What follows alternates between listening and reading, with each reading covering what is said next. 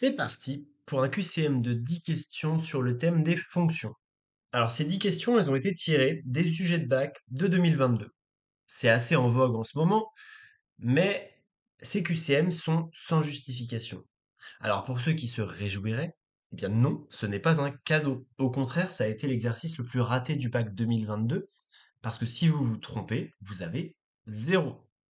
Tandis que sur une question plus classique, dès que vous avez un début de raisonnement intéressant et cohérent, le correcteur va valoriser ça en vous mettant un peu de points. Donc ici, ce que j'aimerais, c'est que, en plus de trouver la bonne réponse, vous essayiez de rédiger une réponse claire et rigoureuse pour la justifier. Donc pour ça, il ne faudra pas hésiter à mettre la vidéo en pause à chaque question pour avoir le temps de chercher et de la relancer pour obtenir la réponse. J'ai essayé de passer en revue un maximum de notions différentes sur les fonctions. Vous verrez ça, c'est parti. Donc, n'hésitez pas à mettre la vidéo en pause pour avoir le temps de chercher. Ici, on vous demande de calculer une fonction dérivée et la fonction f est une fonction quotient avec u de x égale x et v de x égale exponentielle de x. Pour rappel, la dérivée d'un quotient u sur v est donnée par u'v moins uv' sur v carré. Donc dans notre cas, on va obtenir u' de x égale 1 fois exponentielle de x moins x fois exponentielle de x sur exponentielle de x au carré. On factorise par exponentielle de x au numérateur, et comme la fonction exponentielle est strictement positive, on simplifie en haut et en bas par exponentielle de x. Dernière chose pour conclure, on se souvient que 1 divisé par exponentielle de x, c'est exponentielle de moins x, et donc la quantité qui nous intéresse, c'est la fonction dérivée de la réponse C. Question suivante.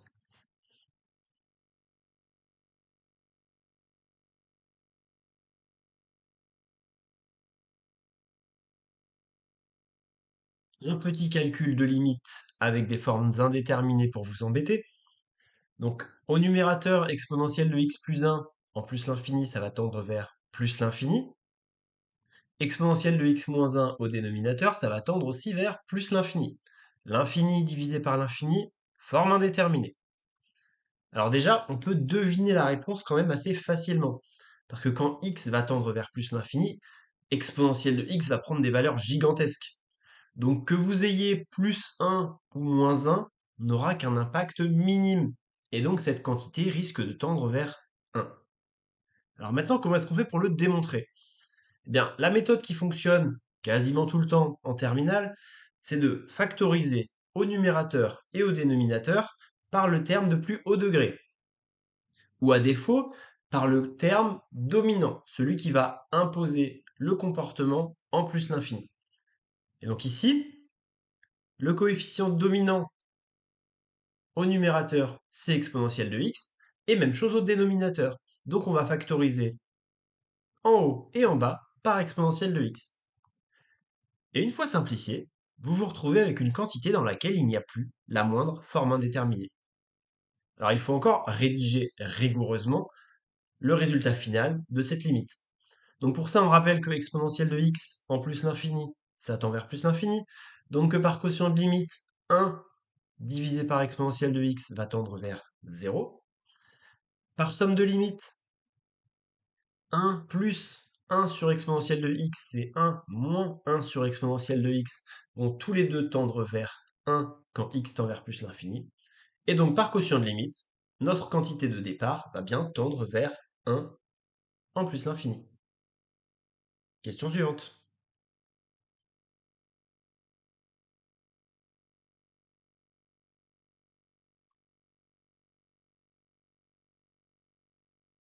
Question graphique. Ici, on vous demande de faire le lien entre une fonction dérivée f' et la fonction de départ f. Bien, la chose primordiale à savoir, c'est que le signe de la fonction dérivée nous permet d'obtenir les variations de la fonction de départ. Donc ici, à partir du graphique de la fonction dérivée, on va pouvoir déterminer les variations de la fonction de départ. Et pour ça, on fait un tableau de signes pour résumer tout ça. Eh bien, on constate que sur l'intervalle moins 2, moins 1, la dérivée, elle est négative. qu'elle est ensuite positive sur l'intervalle -1, puis ensuite négative sur l'intervalle 1,3, et enfin positive sur l'intervalle 3,4. À partir de là, on peut en déduire les variations de la fonction f sur ces quatre intervalles. En particulier, parmi les quatre affirmations, la seule qui est vraie, c'est la C. Si on s'intéresse uniquement à l'intervalle 0,2, on constate bien que la fonction f admet un maximum en x égale 1. Question suivante.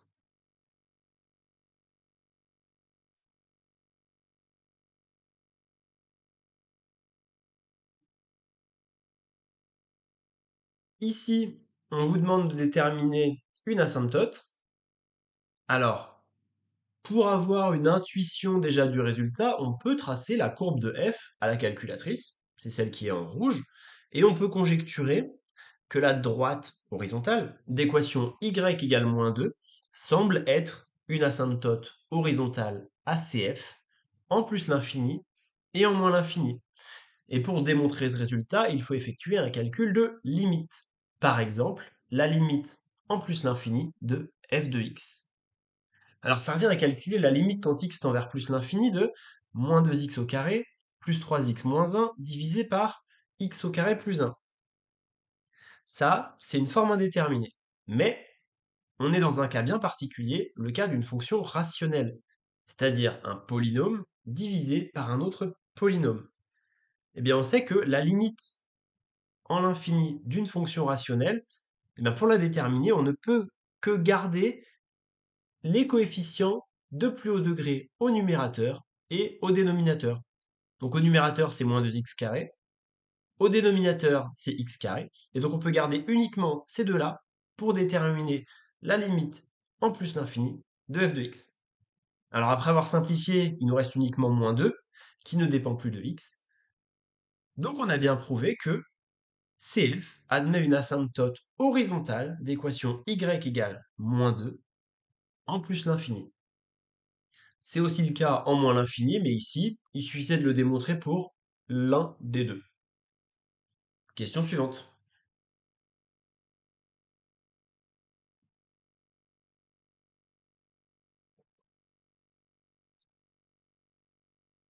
Une petite équation avec de l'exponentielle. Alors, plusieurs possibilités. Comme ici, on vous demande le nombre de solutions, vous pouviez potentiellement étudier la fonction f définie par f de x égale exponentielle de 2x plus exponentielle de x moins 12. Essayer d'étudier ces variations et à l'aide du corollaire du théorème des valeurs intermédiaires, de déterminer le nombre de solutions à cette fameuse équation. J'ai choisi une autre méthode qui fonctionne tout aussi bien, c'est de résoudre explicitement cette équation. Et ça, quand vous avez un peu de pratique, c'est quelque chose pour lequel vous avez une bonne intuition, ça se résout avec un changement de variable assez intelligent qui est grand X égale exponentielle de petit x. Et donc en particulier, grand X au carré va être égal à exponentielle de 2x. Et donc notre équation avec de l'exponentielle au départ, eh ben, elle devient grand X au carré plus grand X moins 12 égale 0. Et ça, c'est beaucoup plus sympathique, c'est une équation du second degré, dont on peut facilement déterminer les éventuelles solutions à l'aide du discriminant. Alors ici, le discriminant il vaut 49, il est strictement positif, donc cette équation admet deux solutions distinctes. Grand X1 égale 3 et grand X2 égale -4. Mais ce n'est pas l'équation avec les grands X qu'on veut résoudre, c'est celle avec les petits x, celle au départ. Donc il faut se souvenir que grand X, c'est exponentielle de petit x. Et que grand X, les uniques solutions qu'on a trouvées, c'est 3 et -4.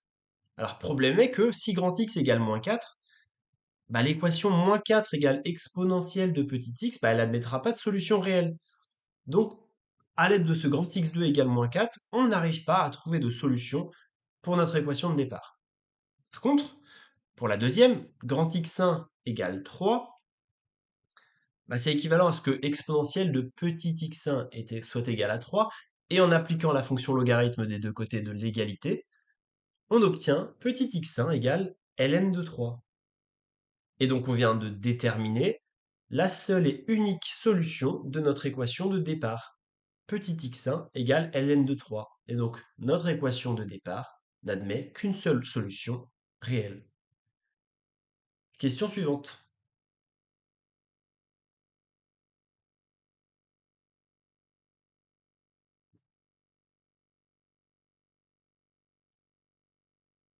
Cette question ressemble un petit peu à ce qu'on a fait précédemment, sauf que précédemment, on avait tracé la courbe représentative de f', tandis que celle qu'on a ici, c'est la courbe représentative de f seconde, la dérivée seconde de f.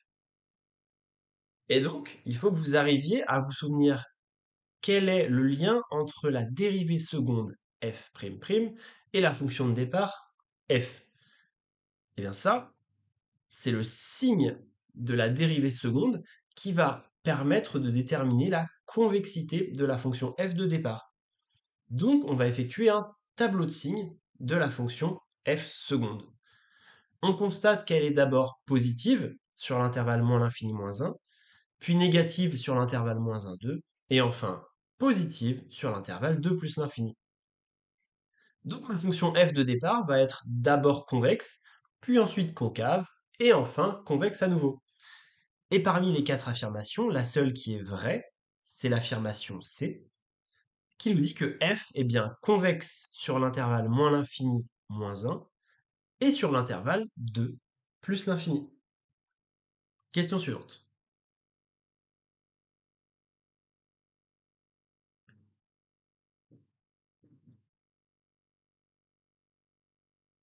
Une petite équation de tangente.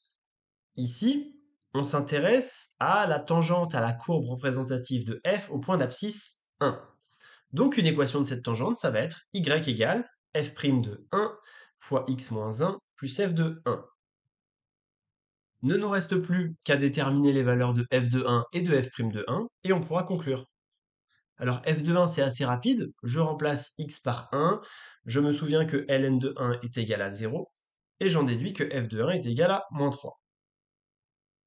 Pour obtenir f' de 1, il me faut d'abord l'expression de f' de x. Donc on va dériver la fonction f. Pour cela, on n'oublie pas que la dérivée de ln de u, c'est égal à u' sur u, et donc que la dérivée de ln de 2x moins 1, ça va être 2 divisé par 2x moins 1. À partir de là, on en déduit que f' de 1 est égal à 4. Et donc une équation de la tangente qu'on cherche, ça va être y égale 4 facteur de x moins 1 moins 3. Et une fois qu'on développe ça, on obtient y égale 4x moins 7. Courage, on est presque au bout. Question suivante.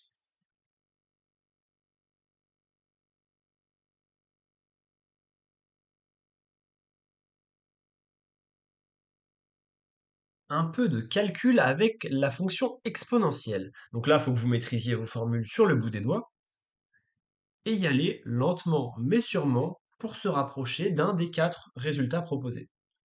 Alors la première chose assez logique à faire, c'est de tout mettre au même dénominateur. Donc ce petit 2, on va le multiplier par exponentielle de moins x plus 1 divisé par exponentielle de moins x plus 1. Maintenant que tout le monde est au même dénominateur, on peut simplifier et on obtient 5 exponentielle de moins x moins 3 sur exponentielle de moins x plus 1. Arrivé là, on constate qu'on n'a que des exponentielles de moins x et que dans la réponse, on n'a que des exponentielles de x. Donc une bonne idée, ça va être de multiplier au numérateur et au dénominateur par exponentielle de x. Et une fois qu'on fait ça, on obtient au numérateur 5 moins 3 exponentielle de x et au dénominateur 1 plus exponentielle de x, c'est-à-dire la réponse A. Plus que 2. Question suivante.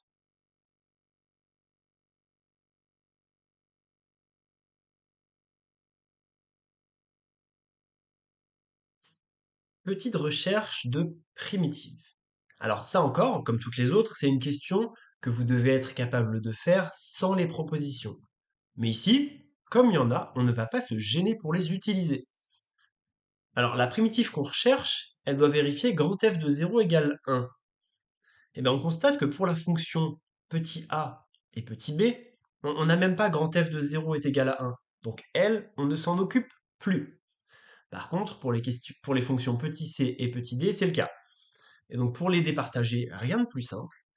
On les dérive et on cherche, parmi ces deux-là, laquelle va avoir pour dérivée petit f. Une fois qu'on l'aura déterminé, bah on s'intéressera juste à celle qui nous donne la bonne réponse. Donc ici, j'ai trouvé que c'était celle de l'affirmation D. Donc j'ai considéré la fonction grand F définie par la fonction donnée dans l'affirmation D. Je la dérive, je prouve que sa dérivée c'est bien petit f, je redémontre rapidement que grand F de 0 est bien égal à 1, et donc que c'est bien la fonction de l'affirmation D qui est la primitive de petit f sur R qui vérifie grand F de 0 égale 1. Et la dernière question,